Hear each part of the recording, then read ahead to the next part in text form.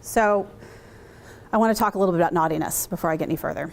Because I did so much of my work interested in personhood, naughtiness in preschool is a big part of that. And naughtiness, I mean N-A-U-G-H-T-I, naughtiness. So I want to talk about that.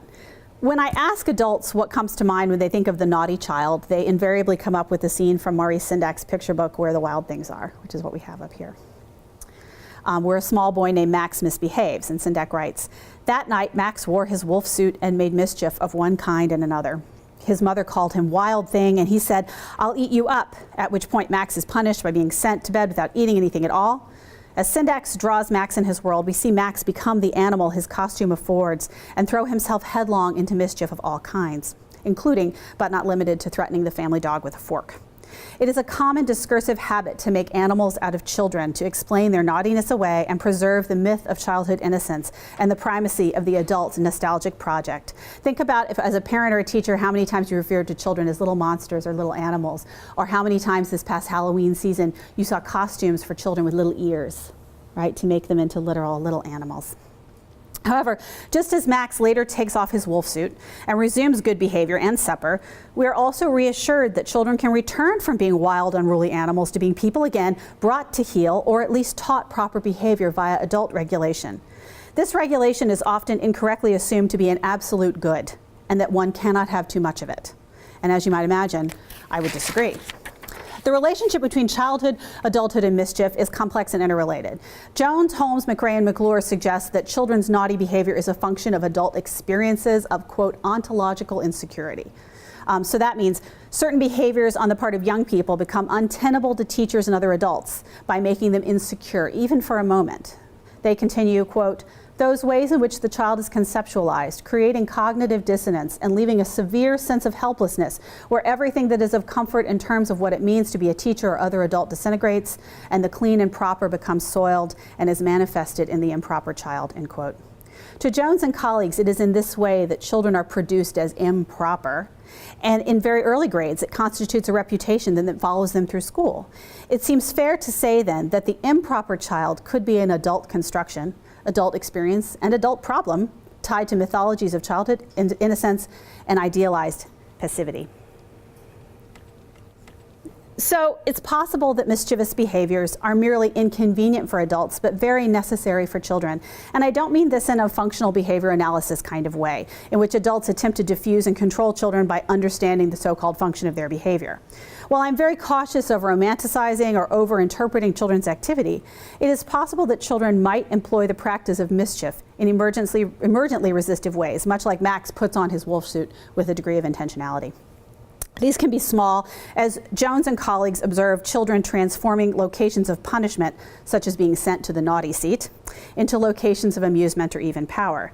Jones writes of children who found other materials, such as nearby Velcro name stickers, and with which to distract themselves, thus change the discursive status of being sent to the naughty seat or timeout chair. The child transforms the space as a resistance to mechanisms of ever-tightening adult control, and so also they step outside the place of the child, having gone against what is customarily sanctioned within early years education as who the child can be. Their utterances jar against those boundaries by framing mechanisms in which we situate the child so as to know them, end quote. By making themselves strange in this way, they become terribly powerful, disrupting the mechanisms by which they are produced as utilitarian containers for future economic productivity, and demanding that adults around them engage with them as immediate persons doing the work of being, rather than future persons being produced as becoming, to borrow from Quartrup. So Davies' work on preschoolers and gender described a similar process at work. She noted that children were expected to be practicing the work of behaving oneself, and that this constant expectation seemed to rob them in some way of their personhood. Many teachers and other adults who are asked why children need to sit still, to listen, to take turns, to walk quietly in line, often answer that these skills are necessary so that the children can function in society, get good jobs, go to college, do well in school, and other aphorisms that all point towards future economic tasks at the cost, possibly, of current personhood. Children's disruption of such futures might be interpreted as an assertion of the value of the current self and a question about the regulation of said futures. As Jamie Heckert writes, the practice of doing nothing, of play, of meditation, or of simply existing constitutes disobedience to the cult of productivity, economic and otherwise. This resistance, whether it be in the form of pulling apart the Velcro edges of the naughty seat or refusing to practice behaving oneself for the sake of an externally determined future of dubious value, is a specific kind of mischief that renders the subject unruly, unpredictable, and difficult to regulate. My favorite writer on unruliness is Akshay Khanna. He says unruly politics constitute actions which escape, exceed, or transgress civil forms of civic and democratic engagement, taking forms that are juridically illegible, extra-legal, disruptive of the social order, strident or rude, whether this be in the form of riots or revolts, or through the use of humor, disruptive aesthetics, or eroticism in engagements with power. While preschool children may not be actively rioting in preschool, they are using the tools of unruliness, humor, disruptive aesthetics, and all manner of extra-legal subversion of the unquestioned and deeply entrenched rules and regulations of late modern schooling. In the contemporary U.S. context, children's bodies, emotions, and spaces are subject to ever more rigid control via standardization, accountability measurements, and the implementation of higher and higher academic performance expectations for younger and younger children than ever before.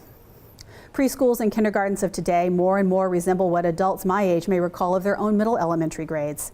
Such academic pushdown is often mandated at the expense of playtime, developmentally appropriate practice, and school and community culture. Escalating academic demands and rapid shifts in control across the grades promotes a destructive brinkmanship of redshirting, retention, standardization, vouchers, charter schools, testing regimes, parent triggers, achievement rhetoric, and privatization propaganda. In preschool, such destructive jockeying manifests itself as dissonance. Teachers must nurture and advocate for the same children they must sort, regulate, and control, while children must simultaneously engage in the expressive project of finding themselves and asserting identity, while also achieving a utilitarian form of readiness for a slate of externally determined, valuable futures. In short, children have ample fodder for rebellion.